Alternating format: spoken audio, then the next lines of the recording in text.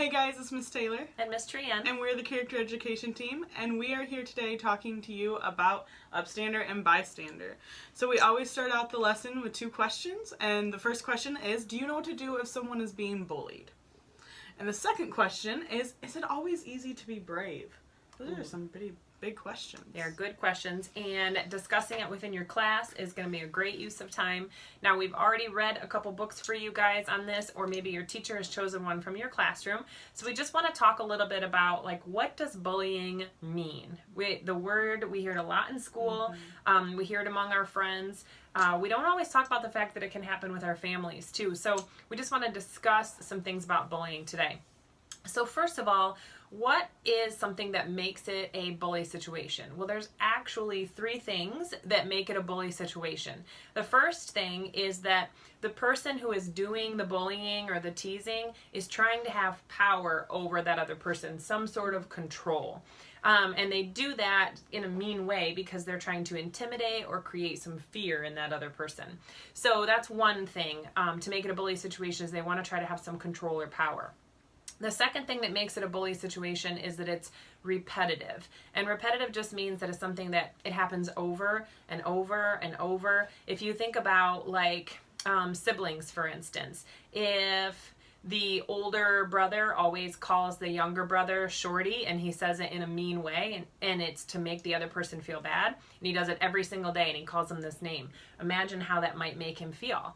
Well, you don't think it's a bully situation because it's just teasing and it's a big brother, but it is if it's to have some sort of power and control, and it happens all the time. Now, the last thing is when the bully is doing it on purpose. And the reason that we say this is because sometimes, like we've even talked about, is teasing really a bullying situation? Sometimes people are just teasing to be funny, right? Yeah. A friend might do that. So when the person does it on purpose to make the person they're bullying feel bad, that's what makes it that bully situation. So just because maybe you react to it and you're like, that's bullying, they may be doing it to make you laugh or just poke fun. Where vice versa is when someone is bullying someone and it's actually hurting me. To hurt on purpose, right? So there's also 3 types of bullying, right? So we've got the power and control, it's over and over, and it's on purpose, but it doesn't always look the same. It can be either verbally, so they're using their words to hurt another person, whether it's written or the things that they say. It can be social, and that's where you're hurting another person's reputation or maybe a relationship that they're in. So this might be like you've got 3 people that are friends, but the one person is really jealous of the other 2 being friends. If they say something specifically to hurt that other person so that it ruins that relationship, that is a form of bullying. It is something that is on purpose, and they're doing it over and over. And then the third one is physical bullying, and this is the one I think that we think about the most often. This is like hitting, pushing, maybe you're hurting somebody else's, like, personal items, like ripping their backpack or pushing books out of their hands or whatever. So physical has to do with, like, the person's physical body or their personal items.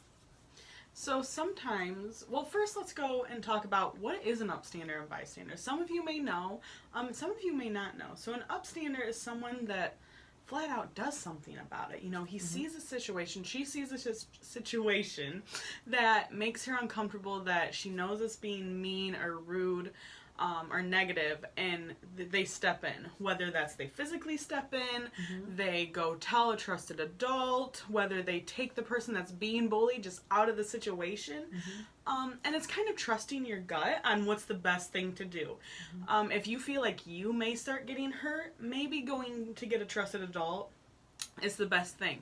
Or maybe there's just 2 people kind of bickering, or, you know, the bully is just kind of getting on the person verbally. That may be something you can just get in the middle and say, hey, you know, please stop doing that. You know, it's hurting this person's feelings, and you're making me uncomfortable by me watching it. And to be an upstander doesn't mean that you need to be aggressive or mean towards the situation. You really have to look at it and go, okay, so what's the best way for me to react? How am I going to help? Because if I get in there and I'm like, hey, don't bully him, how about you? You're mean because you're bullying. Well, what am I essentially doing? Yeah. You can't bully a bully, because then it's just a different cycle. So a bystander is kind of the complete opposite. It's someone that either lets something happen or watches something happen maybe a little antagonizing it happening.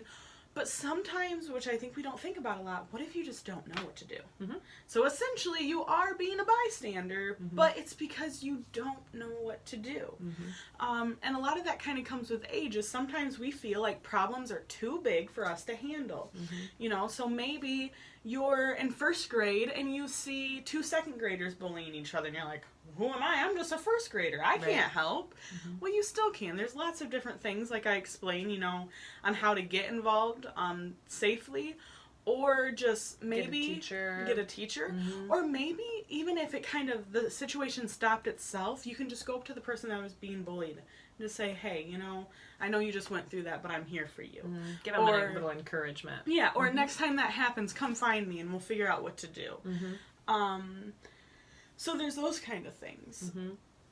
And we do talk about, you know, can one person really make a difference, right? That's kind of the theme of our character education for the year, is that positive change starts with me. So being an upstander is one way that you can make a difference, not only for yourself. We have to remember that being an upstander, standing up for ourselves, is also a way to fight bullying, right? It's not just standing up for other people. So we have to remember that by showing that courage, that bravery, that selflessness, you know, helping another person in any way that we can think to help, is a way of being an upstander, and it can make a change. Absolutely. So we have some books here, and your teacher may have read a completely different book. Your teacher may have uploaded one of the books that we've read. So many good anti-bullying books. So many good. So typically we have like 2 or 3 books for you guys, but we have a whole stack this time.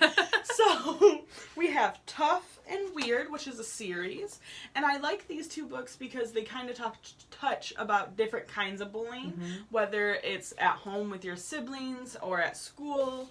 And they also talk about like why a person even is a bully, and sometimes the fact that they don't know that they are being a bully and they just need help themselves. Yes, absolutely. So The Invisible Boy also touches on different kinds of bullying, which we can touch on. That it's not always physical. It's kind of the other side of leaving people out is a form of bullying too. Yep, ignoring other people can be a way of social bullying. Yes. All right, and then Confessions of a Former Bully is a good one. My Secret Bully. So this is a good one on, it may not always be this big show on the playground. You know, it may not be someone getting pushed into a locker or, you know, books kicked out of their hands. It can be just somebody that whispers something negative to you all the time. Or it could be a sibling, you know, because we don't really think about siblings or cousins or family being bullied because we're supposed to be a good, strong unit, but sometimes that happens. One of Us and One. Yep, all really good ones. So once you get the chance to kind of talk about whatever book you chose to read in your class, we have those last 2 questions for you. And the first one was, do you know what to do when you see somebody being bullied?